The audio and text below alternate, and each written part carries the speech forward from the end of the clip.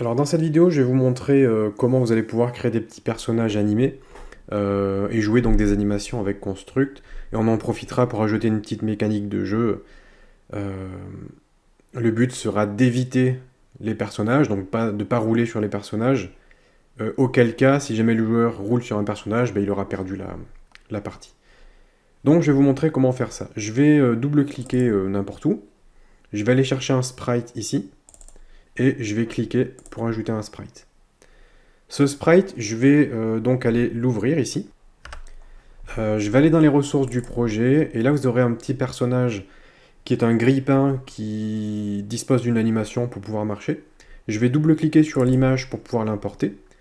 Et là maintenant, ce qu'on va faire, c'est qu'on va importer les autres images pour pouvoir justement créer l'animation. Bon, là on a fait comme d'habitude, hein. On a ajouté juste une image. Mais par défaut, les sprites disposent d'un système d'animation, comme vous pouvez le voir. Et là, on a les frames. Les frames, ce sont les différentes animations qui composent notre personnage. Donc nous, notre cycle de marche fait entre 20 et 25 images. Mais là, pour l'instant, on n'a importé qu'une seule image. Donc ici, dans la liste des frames, vous allez faire clic droit. Et vous allez faire... Alors, on peut faire un add frame, si vous voulez ajouter un à un. Mais on peut faire également un import frames, pour importer plusieurs images. From files, pour importer tout ça depuis certains fichiers. Donc là, ça nous ouvre le dossier qui contient les ressources, et je vais venir sélectionner toutes les images du cycle de marche du grille-pain. Je fais ouvrir, et là, vous voyez que ça m'a tout importé ici. J'ai bien mes 24 même images, parce qu'on commence à partir de 0. Donc j'ai bien mes 24 images pour ce cycle de marche, et je peux les prévisualiser. Automatiquement, ça m'a ajouté un collider qui correspond à peu près à la forme. On ne va pas modifier ça. Donc maintenant, lorsque vous cliquez sur les animations, ici, sur le composant d'animation, vous pouvez voir ses propriétés. Là, vous avez le nom de l'animation. On peut l'appeler animation 1 ou walk anime. Donc on peut modifier le nom de l'animation. On peut définir le nombre d'images par seconde. Donc ce qui correspond bien à ce cycle de marche, c'est 15 images par seconde. Et on va cocher loop. Loop qui permet de jouer l'animation en boucle. C'est-à-dire que lorsqu'on arrive à la fin de l'animation, ça recommence à l'infini, puisque le personnage va marcher en permanence. Donc voilà pour ces quelques réglages. Maintenant, on peut prévisualiser ça. Je vais faire clic droit sur l'animation ici, et je vais choisir Preview. Et donc là, vous pouvez faire une petite prévisualisation de l'animation de marche du toaster. Bon, il y a un dernier petit réglage qu'on pourrait mettre en place pour pouvoir se simplifier la vie pour la suite. C'est qu'on peut cropper l'image. Cropper l'image, ça veut dire découper les contours ici qui ne servent à rien.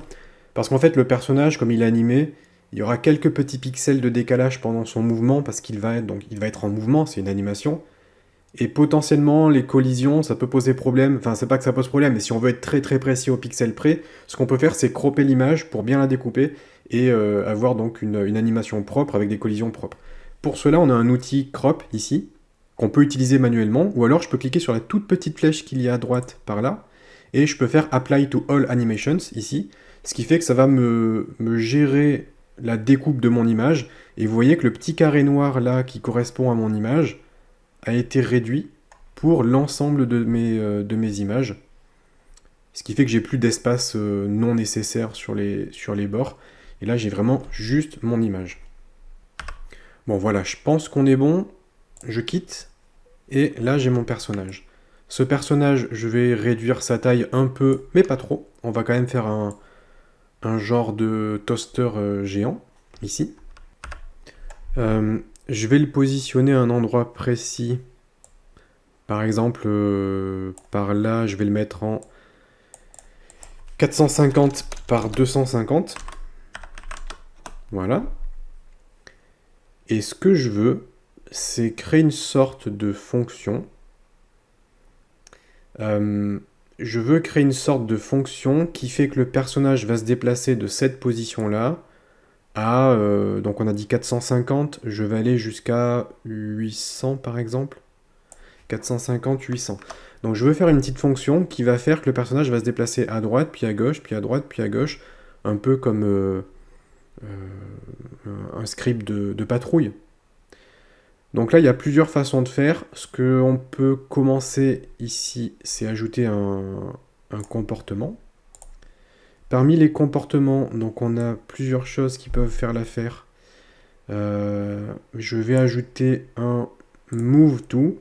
Le move to, c'est un petit composant qui va permettre, comme le nom l'indique, de déplacer un objet vers un endroit. Donc je vais ajouter ce composant ici à mon toaster. Et maintenant, mon toaster va être capable de se déplacer. Donc, ce qu'on va faire, c'est aller dans la fiche ici. Je vais ajouter un événement type système et je vais faire quelque chose toutes les 5 secondes, par exemple. Donc, je vais mettre 5 secondes. OK. Et là, je vais ajouter une action. Je vais ajouter une action qui est le toaster. Le toaster, je vais gérer son déplacement. Donc là, j'ai ajouté le composant move to. Du coup, je retrouve bien le composant move to. Et je peux trouver le move to position ici. Le move to position va me permettre de me déplacer à une position. Ce qu'on va faire, c'est faire un... On peut même faire un mouvement complètement random en fait. Donc on a dit que le X, c'était compris entre 450 et 800. Je vais faire un random. On va faire par exemple 200. Et on va aller jusqu'à 800. Voilà. Ça peut être pas mal. Et le Y, on avait dit quoi? On avait dit 250. Je vais peut-être rester sur du 250 pour le Y. Donc comme ça, toutes les 5 secondes, on va faire un move to. Et le personnage va rester sur le même axe Y. Par contre, il ira de gauche à droite, mais on ne sait pas trop. Peut-être qu'il ira 2 fois à droite, une fois à gauche, une fois à droite. On ne sait pas trop ce qu'il va faire. Mais c'est ce qui va permettre d'ajouter un petit peu de difficulté au jeu. Si on crée un mouvement aléatoire, comme le nom l'indique, le joueur ne pourra pas prévoir à l'avance le déplacement. Et comme je l'ai mis proche de la roquette, forcément on va devoir s'approcher de la roquette pour la ramasser. Mais le personnage va nous gêner. Ok. Donc par contre, le déplacement du personnage, vous pouvez le retrouver ici, dans son behavior. On a le max speed et on a l'accélération. Moi, ce que je veux, c'est quand même avoir une vitesse assez faible, puisqu'il va marcher, donc je vais lui mettre une vitesse de 100. Et l'accélération, je vais mettre 200. Pareil pour la décélération. Je veux vraiment que le joueur, que le petit personnage ne puisse pas marcher trop vite. Ensuite, une autre propriété qu'on va modifier, c'est le set angle. Je vais le désactiver parce que le set angle va automatiquement appliquer une rotation à notre sprite pour que le sprite soit dans la direction donnée, dans la direction dans laquelle il se déplace. Mais le problème si je fais ça, c'est que le sprite va complètement se retourner et être sur la tête. Et moi, c'est pas ce que je veux. Je veux vraiment que notre sprite se déplace normalement de gauche à droite sans qu'il ait la tête en bas.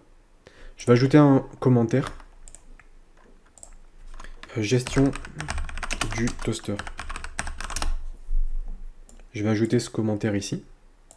Et ensuite, il y a peut-être un petit truc qu'on pourrait faire, c'est ajouter un événement type début du layout, on start layout. Ça, je vais le déplacer tout en haut. Je vais le déplacer tout en haut, en dessous des fonctions. Je vais ajouter un commentaire.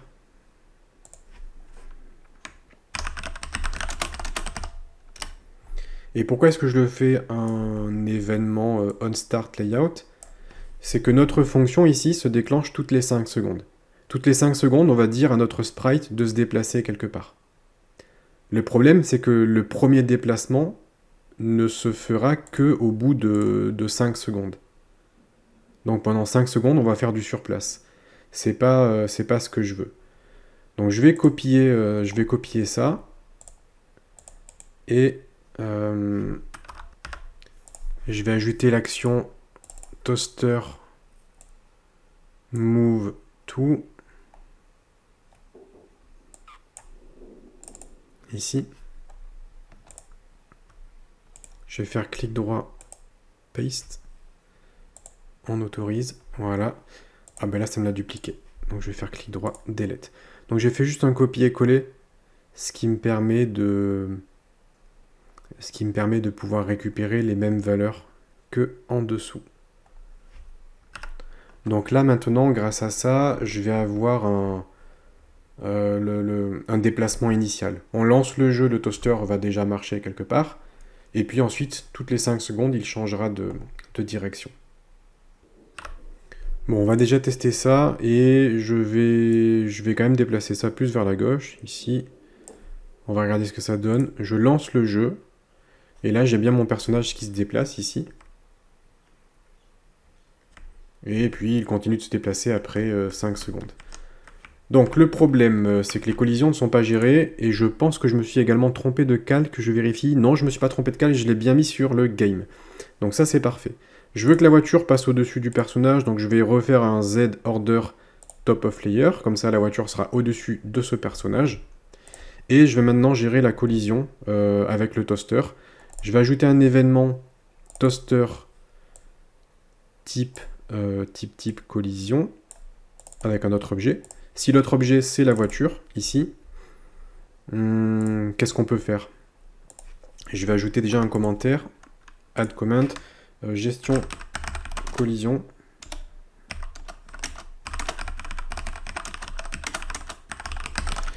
Avec le toaster. Donc qu'est-ce qu'on peut faire? J'ai dit que le joueur perdait, mais c'est peut-être un peu trop méchant de le faire perdre. Par contre, ce qu'on peut faire, c'est une action système. Et au niveau des variables, je vais faire un set value de score 0. Donc en fait, si j'ai un score de 3 et que j'écrase le toaster, ben, je perds tout mon score. Ça me réinitialise mon score. Donc je perds pas, je peux continuer de jouer ma partie, mais le score sera diminué à 0. On peut tester ça, je vais lancer le jeu. Je pense pas que je vais détruire le toaster, je vais le laisser comme ça en place. Donc là, vous voyez, j'ai un score de 1, j'écrase le toaster, donc là, ça n'a pas marché. Ah si, ça a marché, mais... Je pense que ça a marché, mais je dois faire un set texte. Donc je vais ajouter une action sur mon texte score, il faut que je le retrouve. Ici, texte score. Sur ce texte score, vu qu'on a modifié le score, je vais faire un set texte pour mettre à jour le texte qui est affiché à l'écran. Et ça sera score, 2 points et score. Voilà, donc on met à jour le score et on met à jour le texte. On va tester. Je ramasse le plot, je ramasse un deuxième plot. J'ai un score de 2, j'écrase le personnage et j'ai un score de 0. Donc ça marche. On a bien notre punition si jamais on écrase le toaster. Bon, avant de terminer, je trouve que le mouvement est encore un peu trop rapide. Je vais mettre un mouvement de 50, une accélération de 75. Je vais tester ça. Et là, je trouve que c'est mieux, ça correspond beaucoup mieux à l'animation du personnage. Là, on a plutôt l'impression qu'il marche convenablement. Ok, bon, voilà pour ces quelques petits ajustements qui vont nous permettre de mettre un petit peu de challenge dans notre jeu, avec des personnages à éviter, et si on les évite pas, on perd notre score.